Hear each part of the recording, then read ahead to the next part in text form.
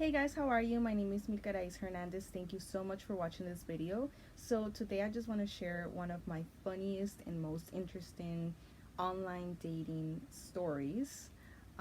This one in particular really, I feel like it stands out. I have 1,000, but this one in particular was very, very interesting. So I met this guy on a dating app called Hinge.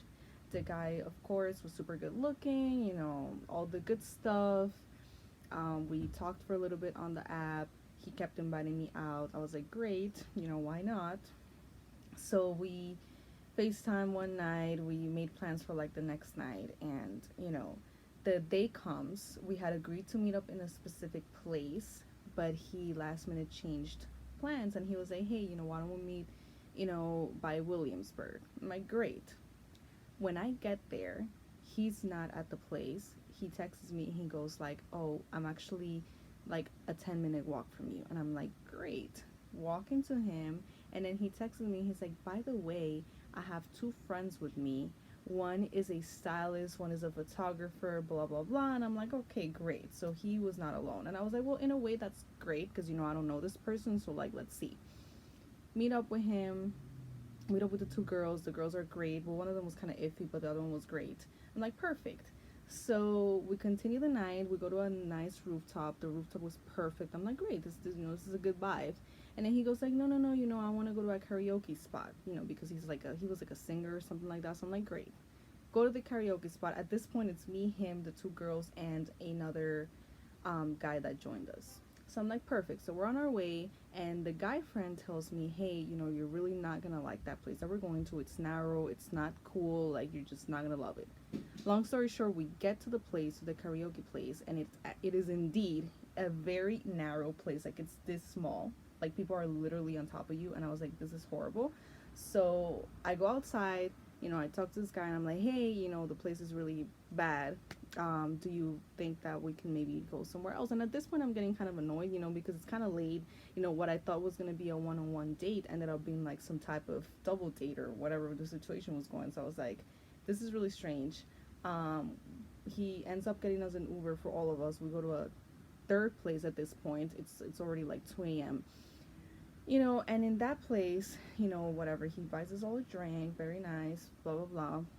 We're all having a conversation, and then I see the two girls secretly, like they're like, between themselves, just like talking to each other and like looking at me, and I'm like, okay. And then they, they're like, oh great, we're gonna be right back. They leave, and I'm like, okay, perfect. So I'm left alone with, my date and his friend.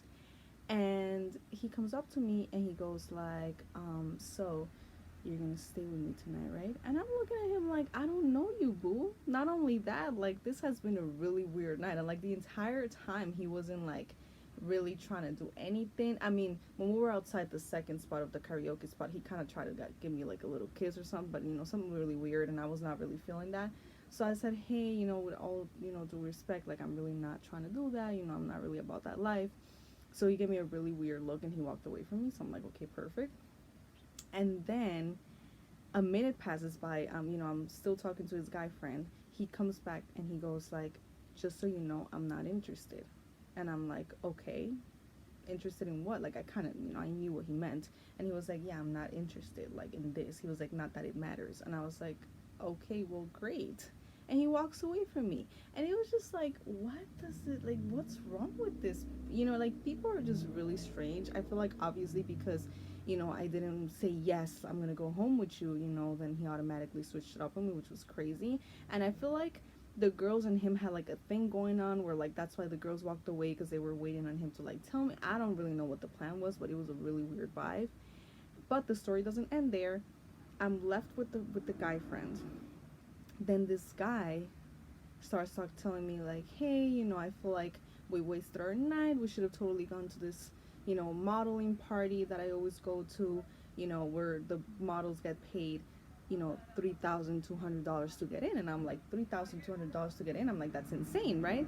So we continue talking, and then I'm like, well, that's crazy. Like I never heard about a party where people get paid, to go in. And he was like, oh yeah. He was like, and you get an extra 500 and you tickle people. So I was like, if you tickle people? And he was like, yeah. He was like, if you tickle people, you get an extra 500. And I'm like, this is really weird. Like in my head, I'm thinking like, okay, great. I need to get an Uber. I need to get out of here.